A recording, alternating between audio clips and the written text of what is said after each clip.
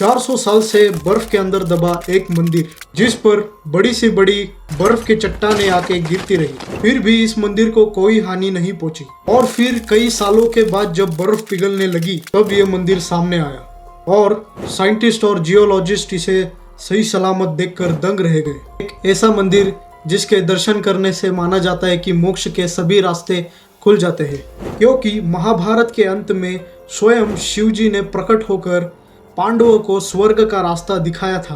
ये है शिव जी के 12 ज्योतिर्लिंगों में से एक माने जाने वाला हिमालय की चोटियों के बीच बसा श्री केदारनाथ मंदिर।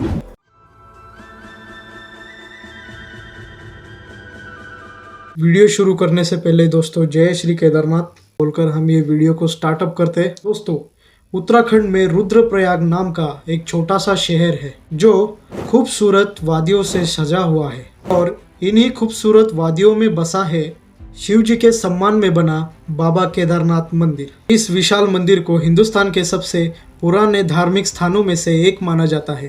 केदारनाथ मंदिर का सबसे पहला वर्णन 7वीं सदी के लिखे गए स्कंद पुराण में किया गया था और यह इस बात को दर्शाता है कि ये मंदिर कितना पुराना है। समुद्र के तेज से 3584 मीटर ऊपर बसा ये मंदिर एक 6 फुट के ऊंचे पत्थर के प्लेटफॉर्म पर बना है और यहाँ पर आपको सबसे पहला शिव जी के वाहन नंदी जी की पत्थर से बनी हुई एक सुंदर सी मूर्ति दिखाई देगी। नंदी महाराज के ठीक सामने है मंदिर का मुख्य भाग, जिसमें एक बड़ा सा मंडप बनाया गया है, जिसके बीचों बीच है मंदिर का गर्भगृह, जिसमें बसा हुआ है एक पिरामिड शेप का शिवलिंग। और ऐसा शिवलिंग आपको कहीं देखने को नहीं मिलता। बर्फीले पहाड़ों के बीच बसे इस मंदिर से कई हैरान कर देने वाली बातें जुड़ी हुई है।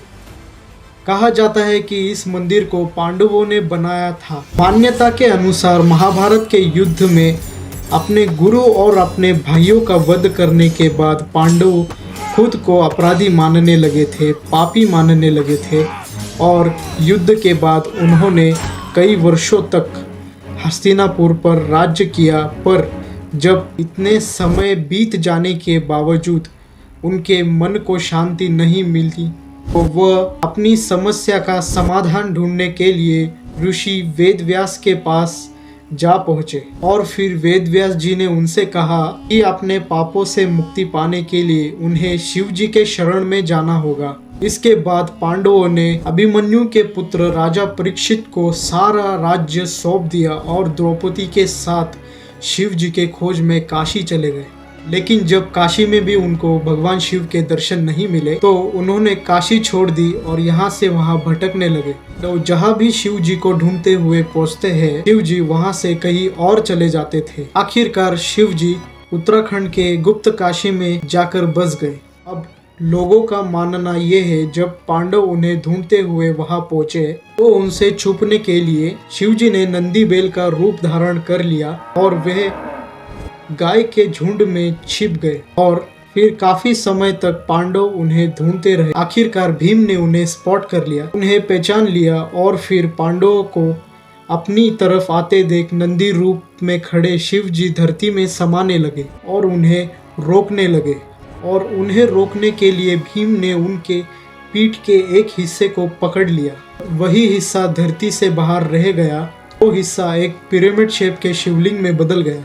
आज बाबा केदारनाथ मंदिर में हम इसी शिवलिंग की पूजा करते हैं। पांडवों की निष्ठा देखकर भगवान शिव प्रसन्न हुए और उनके सामने प्रकट हुए। उन्होंने पांडवों को माफ कर दिया और स्वर्ग प्राप्ति का भी रास्ता बताया। इसके बाद पांडवों ने शिव जी का धन्यवाद किया और जिस जगह पर शिवलिंग प्रकट हुआ था वहाँ उनके सम्मान में एक मंदिर बनाया, जिसे हम आज बाबा केदारनाथ मंदिर के नाम से जानते हैं। कहते हैं कि जब शिव जी का बैल रूप धरती में समाया था तब उस बैल का मुख रुद्रनाथ में, जटा कल्पेश्वर महादेव में, भुजाएं टुंगनाथ में और नाभि मदमहेश्वर में प्रकट हुई थी और इसलिए केदारनाथ के साथ इन 4 स्थानों को मिलाकर पंच केदार कहा जाता है। वैसे केदारनाथ मंदिर के ओरिजिन से और भी कई कहानियां जुड़ी हुई है। जाता है कि जो मंदिर हम आज देखते हैं वो 8वीं सदी में आदि शंकराचार्य जी ने बनाया था, पर आर्कियोलॉजिकल सर्वे ऑफ इंडिया ने जब इस मंदिर के पत्थरों की जांच की तब पता चला कि इसका टाइमलाइन महाभारत पीरियड से मैच करता है। बाबा केदारनाथ मंदिर को एक डिजास्टर प्रूफ जगह माना जाता है। 13वीं सदी से 17वीं सदी के बीच एक ऐसा समय आया था जब ऊंचाई पर बसे कई माउंट रेंजेस और उनके सराउंडिंग एरियाज पूरी तरीके से बर्फ से ढक गए थे और फिर बर्फ के बड़े बड़े पत्थर और चट्टानें यहाँ गिरती रहती थी और इस वजह से इन एरियाज में काफ़ी नुकसान भी होता था। जब ये बड़ी बड़ी चट्टानें घरों और इमारतों पर गिरती तो वो जगह पर ढेर हो जाते। इस पीरियड को मिनी आइस एज भी कहा जाता है और लगभग 400 साल तक चले इस मिनी आइस एज ने कई सारी इमारतों को ढेर कर दिया था। पर जब ये पीरियड खत्म हुआ तब सामने आया कई हजारों साल पुराना केदारनाथ मंदिर, जो आज भी उतनी ही मजबूती से खड़ा हुआ है। वादिया इंस्टीट्यूट ऑफ हिमालयन जियोलॉजी के रिटायर्ड ऑफिसर रविंद्र कुमार चौजिन ने इस दीवार को स्टडी किया और उन्हें दीवारों पर कुछ येलो लाइंस दिखाई दी जो बता रही थी कि बर्फ की कई सारे चट्टानें आके इस मंदिर पर टकराई थी। और कमाल की बात है कि इस मंदिर का वो कुछ बिगाड़ नहीं पाई। तो इस स्टडी से ये सभी साबित होता है कि केदारनाथ मंदिर 400 सालों तक बर्फ में दबा हुआ था और इतनी मुश्किलों का सामना करने के बावजूद सही सलामत खड़े इस मंदिर को लोग आज डिजास्टर प्रूफ मानते हैं। और 2013 के उत्तराखंड फ्लड्स के बाद इस बात को और भी ज्यादा बढ़ावा मिला। उत्तराखंड में तबाही मचाने वाली ये फ्लड मंदिर के मुख्य मंडप के एक पत्थर को भी हिला नहीं पाई। ये इंसिडेंट के बाद आर्कियोलॉजिकल सर्वे ऑफ इंडिया ने इस मंदिर को स्टडी किया और तब सामने आया कि केदारनाथ का जो ये मंदिर है एक डिजास्टर प्रूफ एरिया को ध्यान में रखकर बनाया गया है। इस मंदिर के पत्थरों को आपस में जोड़ने के लिए इंटरलॉकिंग टेक्निक्स का इस्तेमाल किया गया है।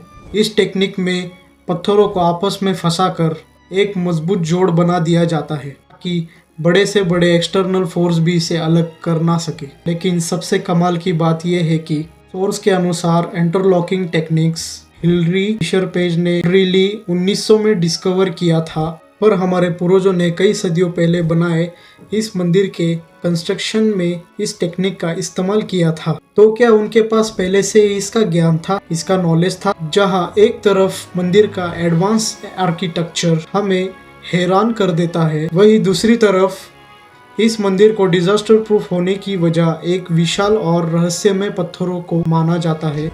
केदारनाथ की मुश्किल यात्रा तय कर हर साल लाखों की संख्या में यात्रा मंदिर के दर्शन करने जाते हैं और सुंदरता और भक्ति का एक यूनिक कॉम्बिनेशन मानने जाने वाला बाबा केदारनाथ मंदिर 12 ज्योतिर्लिंगों में से सबसे ऊंचाई पर बसा मंदिर माना जाता है। अगर आप 12 ज्योतिर्लिंगों के बारे में जानना चाहते हैं मुझे कमेंट कर सकते हो और आपको हमारा ये वीडियो कैसा लगा हमें कमेंट में ज़रूर बताइएगा। वीडियो पसंद आया हो तो don't forget to like and share. ऐसी ही अनकही, अनसुनी और अनदेखी कहानियों के लिए subscribe to Official Divine talks.